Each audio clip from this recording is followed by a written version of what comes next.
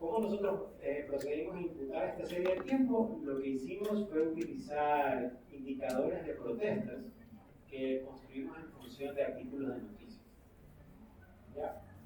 Entonces, ¿cómo se construyen los indicadores? Se construyen en base a la prevalencia de noticias internacionales realizadas a protestas en el país. Y para eso hicimos uso de dos fuentes de información que recopilan este tipo de artículos. El primero es ACLED, que es el Armed Conflict Occasional Event Data Project, que es un proyecto que vamos a explicar un ratito, y el otro es GDEL, que es hecho en base a Google.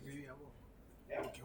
Entonces, ¿cuál es el proyecto ACLED? Bueno, este recopila información sobre fechas, actores, lugares, muertes y tipología de protestas y eventos violentos en un país. Es considerado una de las bases de este tipo, de las secundarias abiertas de conflicto de mejor calidad que hay, de la mayor confiable, porque tiene algún nivel de validación. El hecho de que tenga este nivel de validación también le da menor cobertura, porque no tenemos la misma resolución de eventos que tenemos con la otra alternativa que voy a describir. Y para Ecuador incluye, para el periodo que les menciono, el periodo de 2018 a 2023, incluye 3.097 eventos, y para Sudamérica incluye casi 115.000. ¿Ya? El proyecto GDEL, en cambio, recopila básicamente la misma cantidad de información, pero a diferencia del ATLE es construida de forma automática con reconocimiento de tópicos en noticias, con Machine Learning, y no tiene la validación que tiene la de ATLE, lo que le da una mayor cobertura, pero tiene una mayor cantidad de falsos positivos, ¿no? Pero la resolución de esto es tan grande que los artículos se pueden identificar a nivel de cada 15 minutos, entonces tenemos una serie bastante amplia de eventos posibles. ¿Ya? Entonces, ¿cuáles son los indicadores que utilizamos? Bueno, construimos diferentes tipos de indicadores que simplemente lo que están haciendo es normalizando la cantidad, o sea, sacando el porcentaje de artículos en Ecuador que tratan sobre protestas y ponderándolo para la cantidad de artículos de protestas identificadas en Sudamérica como tal. Ese es el indicador que estamos utilizando. Entonces, es el ratio entre las noticias por periodo. Este periodo puede ser semanal, mensual o diario. Los artículos que tratan de protestas en Ecuador dividido para los artículos que tratan de protestas en Sudamérica. Entonces, si en Ecuador hay un conato de protestas, esperaríamos un pico en este indicador y así sucesivamente. Y además se incluye un normalizador que es un corrector de medias móviles. Entonces, con eso construimos nuestros artículos nuestro indicador, nuestra serie de tiempos de indicadores de protesta que vamos a utilizar para imputar el tramo faltante de datos. ¿Ya? Pero antes de justamente, o sea, ¿por qué este es un método válido de imputación? Bueno, también evaluamos que también estos índices empatan con la serie de protestas que tenemos disponibles. Y esto lo hicimos mediante tres métodos. El primero fue por la correlación global de Pearson, que simplemente es coger la serie histórica de protestas, correlacionarla con los diferentes indicadores, ya sea construido por GDEL o por ACLED, y ver qué frecuencia tiene mayor correlación de Pearson, o sea, la anomalía. La segunda fue por correlación local de Pearson, en la que no solo evaluamos una medida global, sino también evaluamos qué también corresponden las diferentes series en periodos de tiempo más limitados, de 15 días. Entonces, lo que les estoy explicando ahí es, primero, en la parte de arriba tienen el indicador de protestas, y bueno, la línea azul es el indicador de protestas y la otra es las protestas como tal. Y por intervalo de 15 días, calculamos la correlación de Pearson. Y vemos que existen tramos donde hay una correlación muy alta, que casi que empatan por completo, la correlación es cercana a 1, mientras hay otros donde no existe correlación. Entonces, es un indicador, bueno, y esto lo profundizamos un poco con el tercer método, que es lo que se llama la correlación de pasada, que es ver si es que un desfase de una serie sirve para predecir la otra. Y nosotros encontramos que existe una correlación alta si desfasamos la serie de protestas y con respecto a la serie de los otros indicadores. ¿Qué quiere decir eso? Que las protestas son un buen leading indicator de lo que va a ocurrir en el indicador, que tiene sentido, porque el indicador lo estamos construyendo en función de base de noticias. Entonces tiene que ocurrir una noticia, tiene que ocurrir una protesta para que la noticia ocurra. Entonces, cuando hay una protesta, tiene que haber estas noticias y hay otra correspondencia. Pero esto generalmente para un caso empírico de predicción, más o menos limitaría la validación, porque el punto es predecir el futuro. ¿De qué me sirve saber que algo ocurrió? Pero para nosotros, justamente, es predecir un hueco de datos para lo que tenemos del futuro y tenemos del pasado.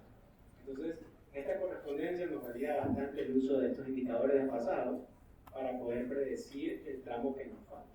Porque es un problema de lo que se llama supervisado. Tenemos datos. No solo tenemos la serie de tiempo de la protesta. ¿Ya? Entonces, bueno, eso solo como contexto. Eso solo como contexto de lo que hicimos. Bueno, ¿cuál es la estrategia de imputación que realizamos? Construimos un modelo mixto en el que primero planteamos lo que se llama una red neuronal bidireccional de contexto largo, plazo, memoria de corto plazo, en lo que es un LSTM, una red neuronal que funciona para series de tiempo. Ese fue el primer modelo. ¿Y cuál es la ventaja? Bueno, ¿cómo estimamos este modelo? Lo estimamos en función de espacios, como les mencionaba, de los indicadores construidos, porque desfasar ese indicador es un buen predictor. ¿Ya? Y lo hicimos de carácter no autorregresivo. ¿Qué significa eso? Que no necesitamos una predicción anterior del modelo para realizar una nueva predicción. Porque eso nos sirve, porque como nos permite realizar la estimación en cualquier periodo de la serie. Pero si es autorregresivo, necesitamos una semilla de datos existentes. Entonces, ese es el primer modelo. El segundo modelo es un modelo de serie de tiempo normal, un Animax, un modelo autorregresivo con regresores exógenos, que también es función de los indicadores, pero este sí es autorregresivo, es un modelo lineal autorregresivo. Entonces sí requiere una semilla para la predicción. Necesito tener datos existentes para poder realizar la predicción a futuro. Y como les menciono, la red neuronal no tiene esa desventaja. ¿Ya? Entonces, ¿cómo es nuestra estrategia ya concretamente, cómo es nuestra estrategia de imputación? Como les mencionaba, queremos imputar estos dos tramos, el tramo del 2018 a octubre del 2019 y de 2019 a 2021. Esos son los dos tramos que queremos imputar. ¿Ya? ¿Qué hacemos entonces?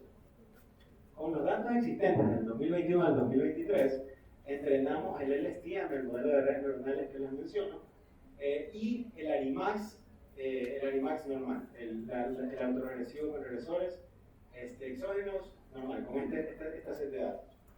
Utilizamos ese modelo entrenado para predecir el primer hueco de datos que tenemos entre octubre del 2019 y el 2021.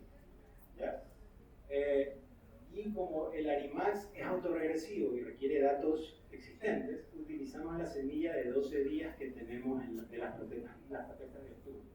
Entonces utilizamos eso como semilla y predecimos el hueco faltante. Para el LSTM simplemente utilizamos los indicadores en ese periodo para predecir. ¿Ya? ¿Y cómo obtenemos la imputación final de ese periodo? Simplemente hacemos lo que se llama model averaging, que es un promedio ponderado de los resultados de ambos modelos, lo que reduce la varianza de la estimación. Entonces así imputamos el primer segmento de datos faltante.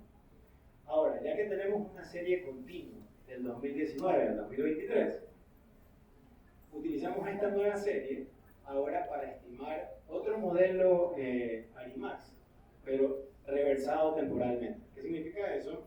Que en vez de empezar en octubre del 2019 y terminar en el 2023, empezamos en el 2023 y terminamos en octubre del 2019.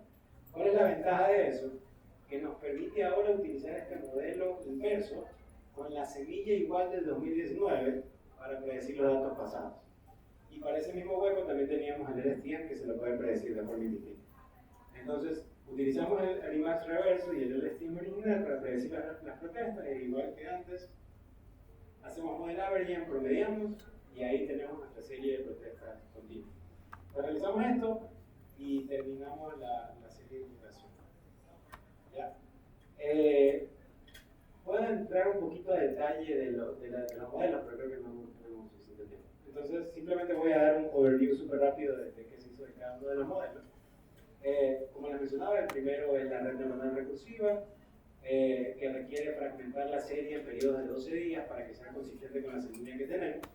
Y Lo que utilizamos como covariantes, como les mencionaba, son los indicadores desfasados de la serie de los indicadores construidos en base a noticias y los precios de los combustibles. Con eso queremos predecir la protesta en un periodo determinado. Entonces, esa es la arquitectura que diseñamos, la arquitectura de redes neuronales, en la que el vector de covariantes ingresa a un espacio latente, es proyectado en ese sistema de ecuaciones, que es lo que se llama el LSTM. Eso nos predice un vector de una dimensión latente que es concatenada en un tensor. Ese tensor entra en la cabeza de clasificación. La cabeza de clasificación nos predice 2 días de protesta. Eso es lo que es. Entonces, hacemos todo este set de indicadores en esta arquitectura que nos predice 2 días de protesta. Y lo que hacemos nosotros simplemente es coger el primer día de protesta como nuestra predicción, porque vimos que en validación eso mejoraba eso le daba mayor estabilidad a la predicción. ¿Ya? La validación, bueno, voy a brincar esto un poquito, pero el punto es que nosotros validamos el modelo, o sea, y esto es un paradigma un poco de lo que es el machine learning, que es diferente de lo que es la estadística convencional, en la que uno estima un modelo y quiere ver qué tan bien le va en datos que no ha visto. Entonces, coge sus datos de entrenamiento, o coge los datos que tiene y los separa en un grupo de entrenamiento y un grupo de testeo o de validación. Entonces, entrenamos el modelo con los datos de entrenamiento y lo utilizamos para predecir lo que no hemos visto. Y más o menos este es el esquema que realizamos para garantizar que nuestra base de validación tenga una buena cobertura de conatos de protesta. ¿Ya? Pero bueno, esto me lo digo un poquito de nuevo por no dar tiempo, pero con eso estimamos nuestro modelo. Estos son los hiperparámetros que maximizaron o que minimizaron la pérdida en el entrenamiento y la validación, que es la pérdida fue la distancia cuadrática media, y eso. ¿Ya? Ahora, ese es por el lado del LSTM, de la red neuronal. Ahora, ¿cuál fue el otro modelo que utilizamos? Como les mencionaba, era un Arimax, un modelo autoregresivo con regresores exógenos. ¿Ya? ¿Cuál es la especificación del Arimax? Esa es la especificación generalizada del Arimax. Esa fue la ecuación que estimamos. Donde tenemos un componente autoregresivo que tiene que ser por definición menor a 12 días, porque solo tenemos 12 días de semillas de protesta de octubre del 2019. Tenemos nuestros lag exogenous indicators, que son indicadores exógenos de noticias desfasados hacia la izquierda. Tenemos leading exogenous indicators, que son los mismos indicadores pero desfasados hacia la derecha. Y tenemos una matriz de innovaciones que son ruido blanco. ¿Ya? Ese fue el modelo que estimamos, pero este modelo tiene varios hiperparámetros, que básicamente es la cantidad de lags que voy a utilizar, ya sea para la izquierda o para la derecha, y eso también los estimamos en base a su rendimiento de validación, solo que a diferencia de la red neuronal, aquí necesitamos un periodo continuo. Entonces lo que hicimos fue romper la base de datos en 4 de 2022. En ese mes la partimos y eso es lo que predecimos, y en función de que también predecimos eso, es que cogemos el modelo. ¿Ya? Bueno, como les mencionaba, igual en validación minimizamos el error cuadrático medio, y ese fue el set de hiperparámetros que dieron el mejor resultado. Entonces, bueno, aquí están los estimadores del modelo, ese simplemente lo pongo ahí por completitud, y el punto, como les mencionaba, los 3 modelos los promediamos y tenemos nuestra serie histórica. Entonces, este es todo el proceso de imputación. ¿Por qué era importante? Porque lo que queremos es una serie continua de hipotecas que podamos comparar con la serie de precios para ver si modificaciones en la serie de precios llevan a algún tipo de incremento en las protectas. ¿Ya? Entonces, eso nos lleva a la segunda mitad de trabajo, que es el efecto de la remoción de los subsidios, el efecto que tienen los cambios en el esquema de precios sobre el nivel de protestas en el país. Entonces, ¿qué hacemos para modelar un poco la naturaleza endógena del problema? Utilizamos lo que se llaman vectores autorregresivos, un sistema de vectores autorregresivos, que es lo que se llama un VAR, y esto nos permite evaluar si las reformas a los combustibles Granger causan un incremento en las protestas. ¿Por qué se llama Granger causan y no causan? Porque no es un experimento verdaderamente dicho, sino lo que nosotros podemos decir simplemente es que un cambio en el nivel de precios tiende a causar un cambio en el nivel de protestas en promedio, pero no verdaderamente lo causa, es una aproximación. ¿Ya? Y bueno, y una vez que tenemos el modelo estimado, lo que sí nos permite hacer son políticas, ¿no? O sea, simulación de política. Vamos a hacer lo que se llama una función de impulso-respuesta para nosotros proyectar el nivel de protestas que esperaríamos ante una reforma en el nivel de precios. ¿Ya? Entonces, ahí están las 4 series que utilizamos para el problema. Tenemos la serie de protestas imputadas, la de los diferentes precios. Y para poder estimar un par necesitamos cumplir ciertas condiciones de especificación. Necesitamos que las series sean estacionarias y que no tengan regla unitaria y un montón de pruebas que realizamos que realizamos por tiempo. ¿Ya? Y esta es la especificación del modelo. Porque es un modelo matricial en el que tenemos estos 4 vectores en todas. Tenemos las protestas y tenemos el cambio en el nivel de precio. Eso es lo que queremos estimar. ¿Ya? Y nosotros tenemos que determinar cuál es el número óptimo de rezagos para ese modelo. Lo utilizamos por criterios de información y encontramos que 11 rezagos maximizan cualquier tipo de criterio de información, que nos da la mejor capacidad predictiva en el modelo. Y una vez con esta especificación podemos realizar de nuevo lo que les mencionaba, el test de causalidad de Granger, que nos permite determinar si es que un cambio en el esquema de precios del diésel Granger causa una protesta.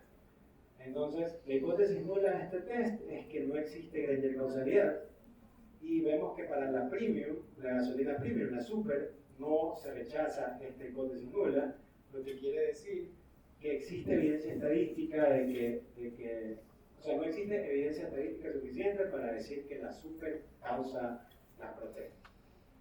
En cambio, para tanto la regular como la diésel, sí encontramos que se rechaza esa hipótesis. Entonces, sí tenemos evidencia de que reformas al diésel y a la extra y la eco que causan protestas, que es un poco lo que esperábamos. ¿Ya? Pero eso nos dice poco, ¿no? De ahí pasamos a un poco lo que es un análisis un poco más formal que nos permite hacer evaluación de política. Y por eso hacemos lo que se llama el análisis de impulso-respuesta. Que, de nuevo, en ausencia de un entorno experimental controlado, nos va a permitir estimar el efecto de un shock inesperado, y esa parte es importante, que es inesperado, en el precio de algún combustible sobre el nivel de protestas que vemos en el país. Para aislar el efecto estructural del cambio, o sea, para verdaderamente poder decir que el cambio en un precio es independiente de lo que está ocurriendo en nosotros, tenemos que hacer lo que se llama la descomposición de Cholesky de los errores. Y esto requiere un ordenamiento de las variables, ¿no? O sea, necesitamos saber, para que sea válida la descomposición, necesitamos poder saber qué variable o qué precio de combustible afecta primero a los otros. ¿Ya?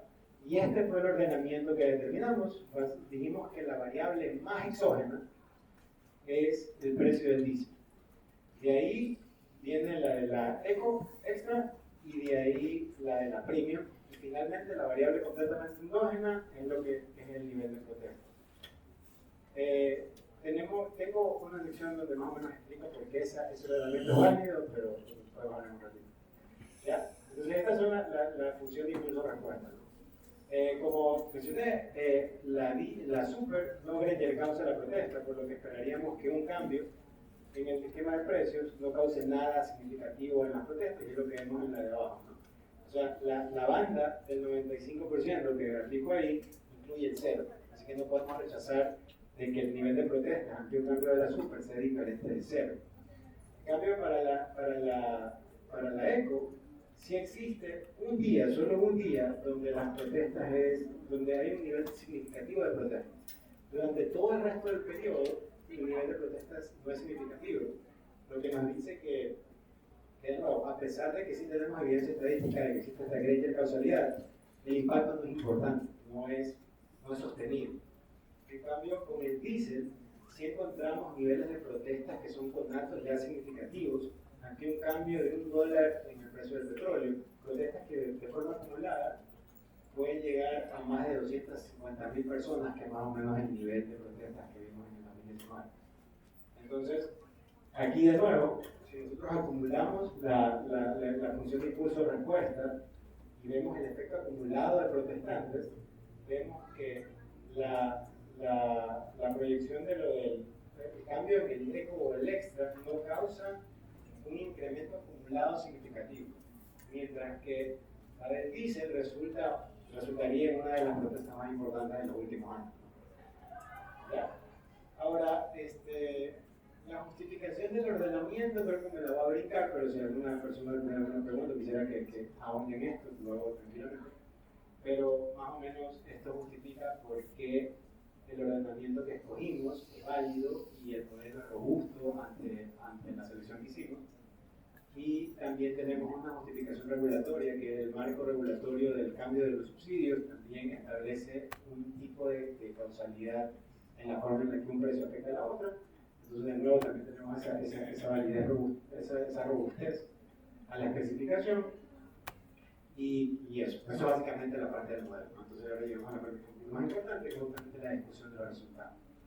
Entonces, ¿qué fue lo que encontramos? Nosotros encontramos impactos diferenciados según el tipo de combustible. Vimos que el diésel causa protestas intensas, cambios en el esquema de precios del diésel causa protestas intensas y persistentes. Mientras que cambios en la gasolina regular, en lo que es el eco o la extra, causan una reacción breve y moderada, mientras que cambios en la gasolina premium no tienen ningún tipo de efecto significativo. ¿Ya? ¿Cuáles son los mecanismos subyacentes a esto?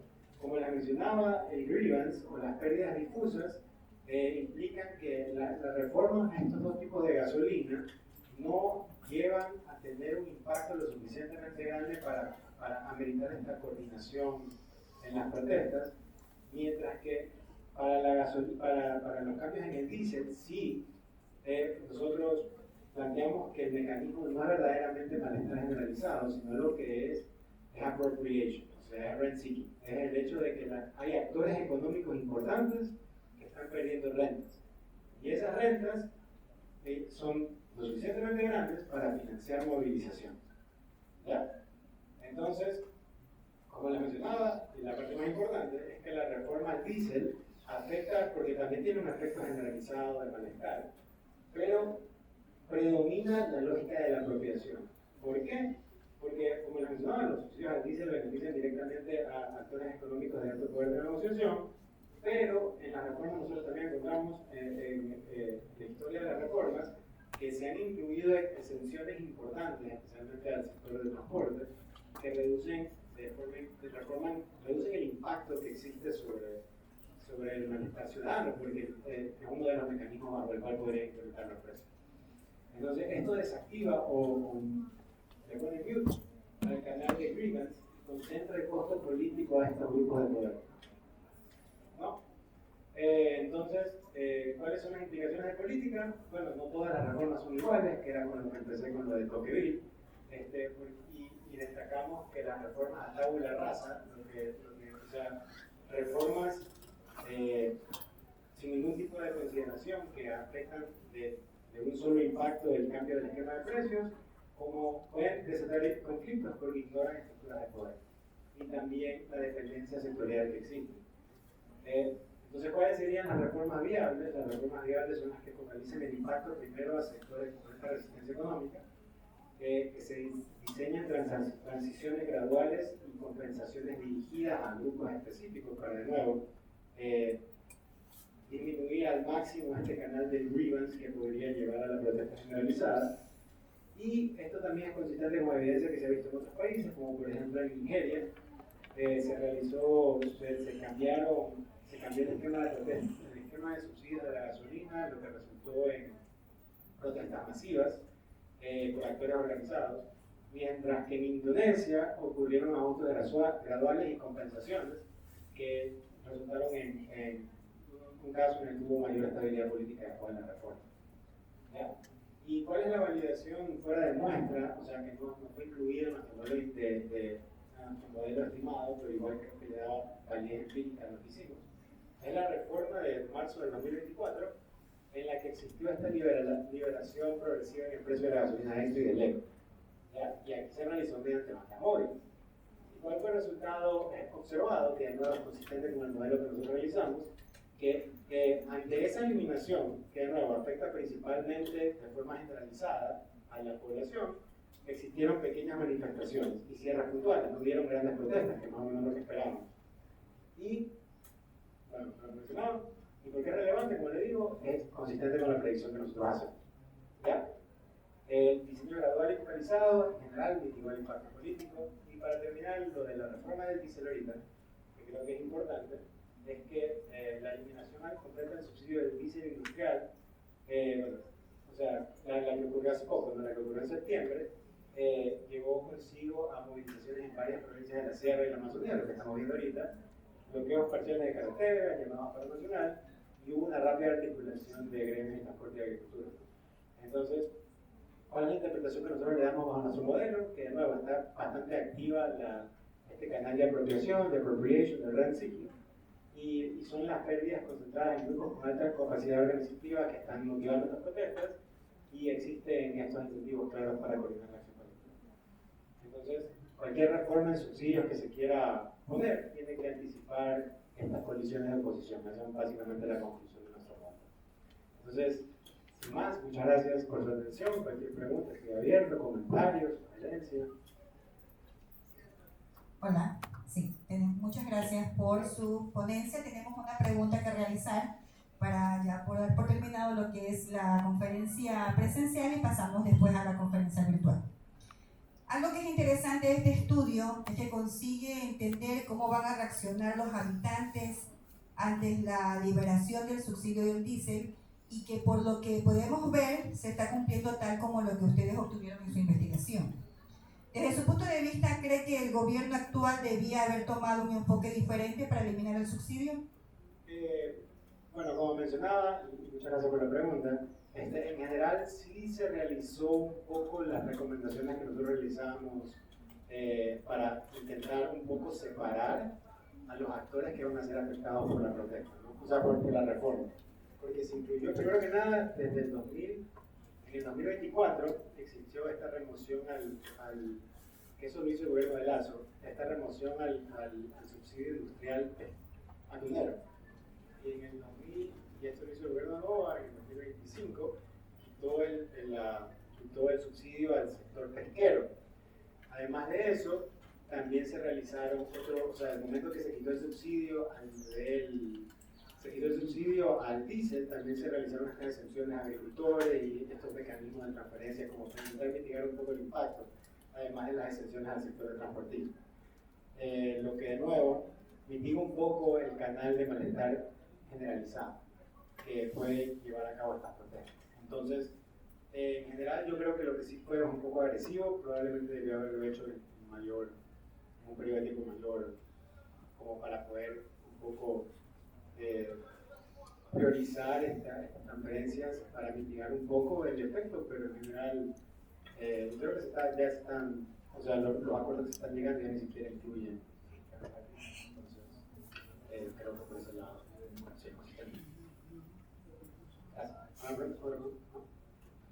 Ya no tenemos más preguntas por cuestión de tiempo. Doctor, muchas gracias. Agradecemos que sea parte del Congreso. Bueno, y para próximos eventos esperamos contar con usted.